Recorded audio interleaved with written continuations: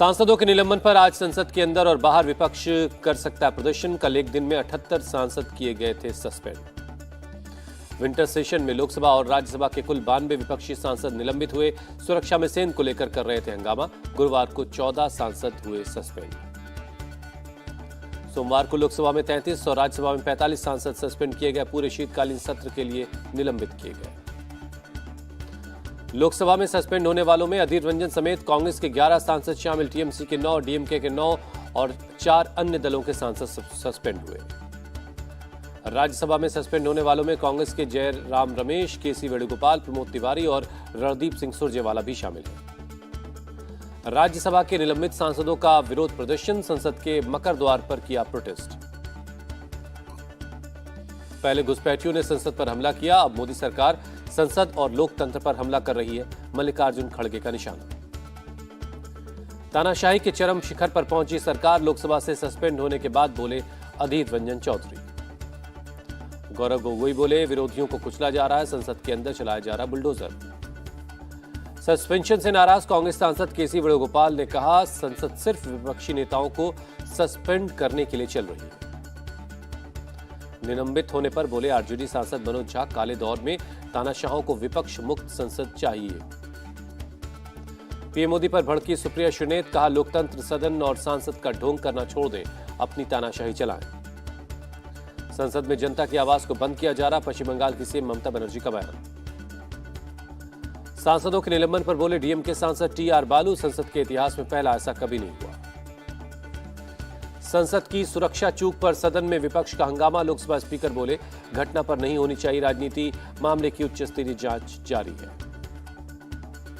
कांग्रेस और उनके सहयोगियों ने स्पीकर का अपमान किया। उनके व्यवहार शर्मिंदा करने वाला। केंद्रीय मंत्री पीयूष गोयल का बयान।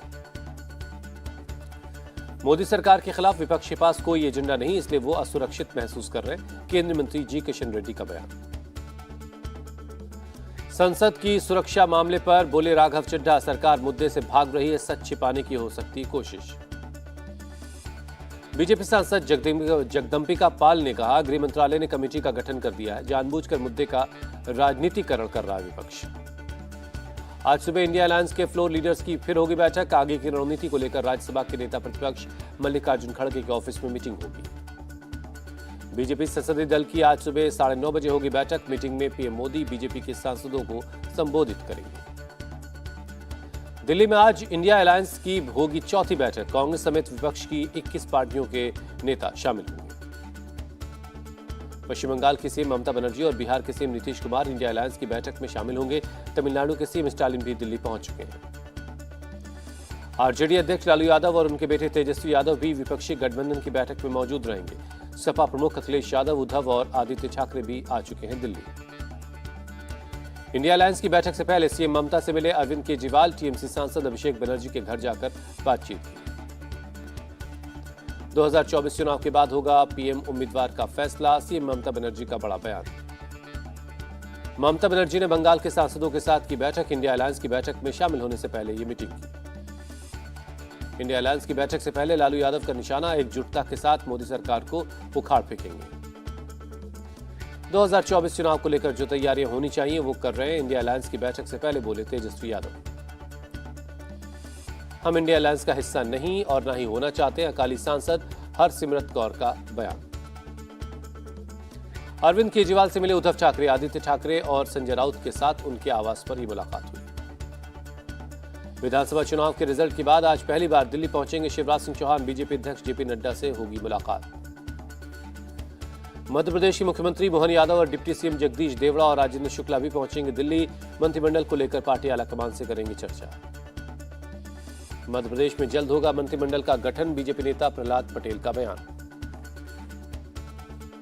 एमपी से बीजेपी विधायक कैलाश विजयवर्गीय का बयान। जरूरत पड़ी तो कर्ज लेकर वादे पूरा करेंगे। कर्ज लेना पाप नहीं है। छत्तीसगढ़ के डिप्टी सीएम अरुण साव ने जनता को दिया भरोसा। कहा पीएम मोदी की गारंटी हर व्यक्ति तक पहुंचाएंगे।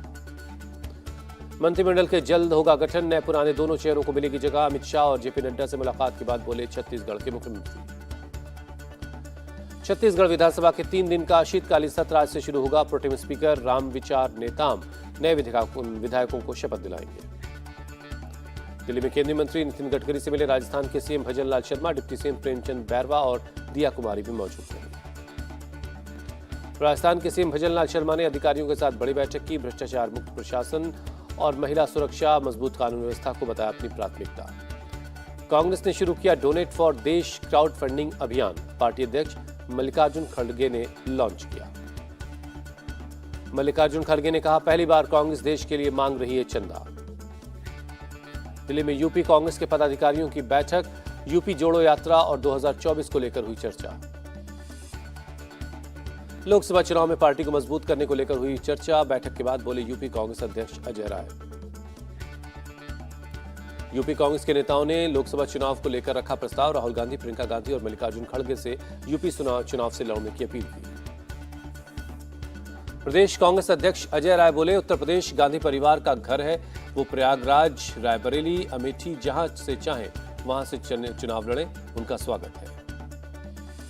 एमपी कांग्रेस के नए अध्यक्ष जीतू पटवारी आज संभालेंगे पदभार। पूर्व प्रदेश अध्यक्ष कमलनाथ ने सभी कार्यकर्ताओं से कार्यक्रम में शामिल होने की अपील की है। मध्य प्रदेश विधानसभा के सदन से पंडित नेहरू की तस्वीर हटाने पर विवाद, उनकी जगह बाबा साहब अम्बेडकर की तस्वीर लगाई गई। मध्य प्रदेश विधानसभा में पंडित नेहरू की फोटो हटाने पर कांग्रेस ने जताया कड़ा विरोध। कहा, तस्वीर वापस नहीं लगाई गई तो कार्यकर्ता वापस लगाएंगे तस्वीर। कांग्रेस सांसद धीरज साहू कैश कांड के मामले में आज झारखंड विधानसभा में फिर हो सकता है हंगामा। सोमवार को बीजेपी विधायकों ने जमकर हंगामा किया था। वाराणसी में दुनिया के सबसे बड़े मेडिटेशन सेंटर का पीएम मोदी ने किया उद्घाटन। कहा, मुझे मिला काशी की सेवा का सौभाग्य। पीएम मोदी ने कहा, वंचितों को पूरा भरोसा, नीतियों का लाभ उन्हें मिलेगा। 2047 तक भारत जरूर आगे बढ़ेगा। पीएम मोदी ने कहा, विकसित भारत का संकल्प और सशक्त हुआ, काशी के विकास के लिए काम कर रहे हैं। दिल्ली दौरे पर सीएम ममता बनर्जी 20 दिसंबर को पीएम मोदी से करेंगी मुलाकात। पीएम मोदी ने भारत को बताया दुनिया के लिए आर्थिक विकास का उदाहरण। कहा, हमने प्रगति के नए प्रतिमान गढ़े हैं। नया भारत पीएम मोदी की गारंटी का भारत है, यूपी के सीएम योगी आदित्यनाथ का बयान। आज लोकसभा में 3 आपराधिक कानून संशोधन विधेयकों को पेश करेंगे गृहमंत्री अमित शाह। दिल्ली के सीएम अरविंद केजरीवाल को ईडी ने भेजा दूसरा समन। 21 दिसंबर को शराब घोटाले के मामले में पूछताछ के लिए बुलाया है। अरविंद केजरीवाल आज विपाशना शिविर के लिए रवाना होंगे। 10 दिन का है ये कोर्स। आप सांसद संदीप पाठक ने दिल्ली शराब घोटाले को बताया फर्जी। कहा, मोदी जी जो से सवाल करता है उसे गिरफ्तार कर लिया जाता है। सदन की कार्रवाई से बाहर निकाले जाने पर दिल्ली बीजेपी विधायकों का प्रदर्शन। केजरीवाल चोर और भ्रष्ट है के नारे लगाए। सदन से बाहर निकाले जाने पर बोले बीजेपी नेता रामवीर सिंह बिधूड़ी, हम सीएम आवास के रेनोवेशन पर हुए खर्च पर चर्चा चाहते थे। वाराणसी की ज्ञानवापी मस्जिद से जुड़े मामले में 5 याचिकाओं पर आज इलाहाबाद हाईकोर्ट सुनाएगा फैसला। हाईकोर्ट ने दोनों पक्षों की दलीलें सुनने के बाद 8 दिसंबर को फैसला रखा था सुरक्षित। ज्ञानवापी मस्जिद के मामले में वाराणसी जिला कोर्ट ने एएसआई की सर्वे रिपोर्ट पेश की। मुस्लिम पक्ष ने रिपोर्ट सार्वजनिक करने का विरोध किया था। आगरा जामा मस्जिद के मामले में आज होगी सुनवाई। कोर्ट में भगवान श्री कृष्ण के विग्रह को निकालने का चल रहा है मामला। बेईमान तरीके से ज्ञानवापी और मथुरा को छीन रहे एएसआई रिपोर्ट पेश होने के बाद बोले मौलाना तौकीर रजा। शाही ईदगाह मस्जिद सर्वे पर अब 11 जनवरी को होगी सुनवाई। इलाहाबाद हाईकोर्ट तय करेगा सर्वे की टीम कौन कौन होगा। आज नागपुर में आरएसएस का है प्रोग्राम। बीजेपी ने शिवसेना और एनसीपी विधायकों को बुलाया है। मनी लॉन्ड्रिंग मामले में ईडी के खिलाफ हाईकोर्ट पहुंची अभिनेत्री जैकलिन फर्नांडिस। 200 करोड़ रुपए की ठगी के मामले में ईडी की शिकायत और सप्लीमेंट्री चार्जशीट को चुनौती दी। राष्ट्रपति द्रौपदी मुर्मू पहुंची हैदराबाद। तेलंगाना के राज्यपाल तमिलिसाई सौंदरराजन और सीएम रेवंत रेड्डी ने उनका स्वागत किया। केरल में कोरोना का डराने वाला आंकड़ा एक दिन में 16 गुना मरीज बढ़े। राज्य में 1634 से ज्यादा एक्टिव केस है।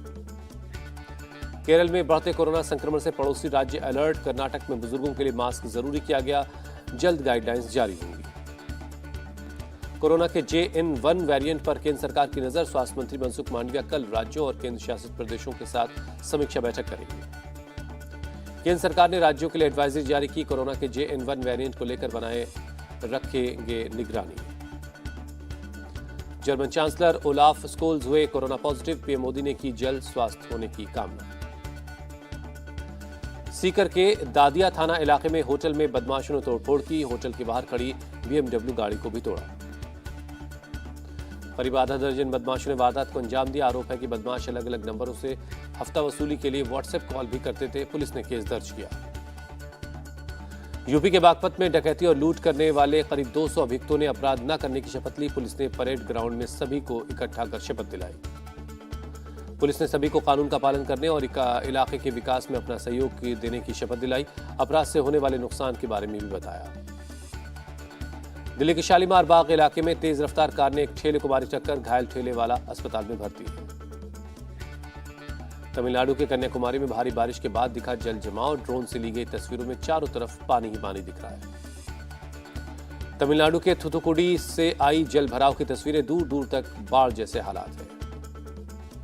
तमिलनाडु के तेनकासी में बारिश का पानी घरों में घुसा। आम जनजीवन बेहाल है। तमिलनाडु के सीएम स्टालिन ने पीएम मोदी को लिखा खत। बाढ़ पर चर्चा करने के लिए वक्त मांगा। जम्मू कश्मीर के पुंछ में मुगल रोड पर पूरी तरह से बर्फ हटा दी गई है। यातायात सेवाएं फिर से बहाल कर दी गई है। सूरत में राम मंदिर की थीम पर हीरे का हार बनाया गया है। पूरे डिजाइन में 5000 अमेरिकी डायमंड का इस्तेमाल हुआ है। तीसरी बार मिस्र के राष्ट्रपति चुने गए फतेह अल सीसी। पीएम मोदी ने ट्वीट कर बधाई दी। लिखा, भारत मिस्र रणनीतिक साझेदारी को और गहरा करने के लिए आपके साथ काम करने का उत्सुक हूं। पाकिस्तान में दाऊद के समधी और पूर्व क्रिकेटर जावेद मियादाद के हाउस अरेस्ट की खबरें। मियादाद के घर के आसपास सुरक्षा बढ़ा दी गई है। गिनी की राजधानी कोनाक्री में पेट्रोल डिपो में जोरदार धमाका। 11 लोगों की मौत, 80 से ज्यादा लोग गंभीर रूप से जख्मी हैं। गाजा में इजरायली सेना के काफिले पर एंटी टैंक मिसाइल से हमला। हमास ने जारी किया वीडियो। गाजा सिटी में बनी युद्ध स्मारक प्रतिमा को ढाया। इजरायल डिफेंस फोर्सेस ने जारी किया वीडियो। चीन में भूकंप के झटके, 95 से ज्यादा लोगों की मौत। रिक्टर स्केल पर 6.2 मापी गई तीव्रता। ब्राजील के रियो डी जेनेरियो में बच्चों को क्रिसमस की खुशियां देने पहुंचा सांता क्लॉज। हेलीकॉप्टर से उतरकर बच्चों को गले लगाया। भारत और साउथ अफ्रीका के बीच 3 वनडे मैचों की सीरीज का आज दूसरा वनडे। सेंट जॉर्ज पार्क में आमने सामने होंगी दोनों टीमें। शाम 4:30 बजे शुरू होगा मैच। टीम इंडिया 3 वनडे मैचों की सीरीज में 1-0 से आगे है। भारत आज का मुकाबला जीता तो सीरीज पर होगा कब्जा।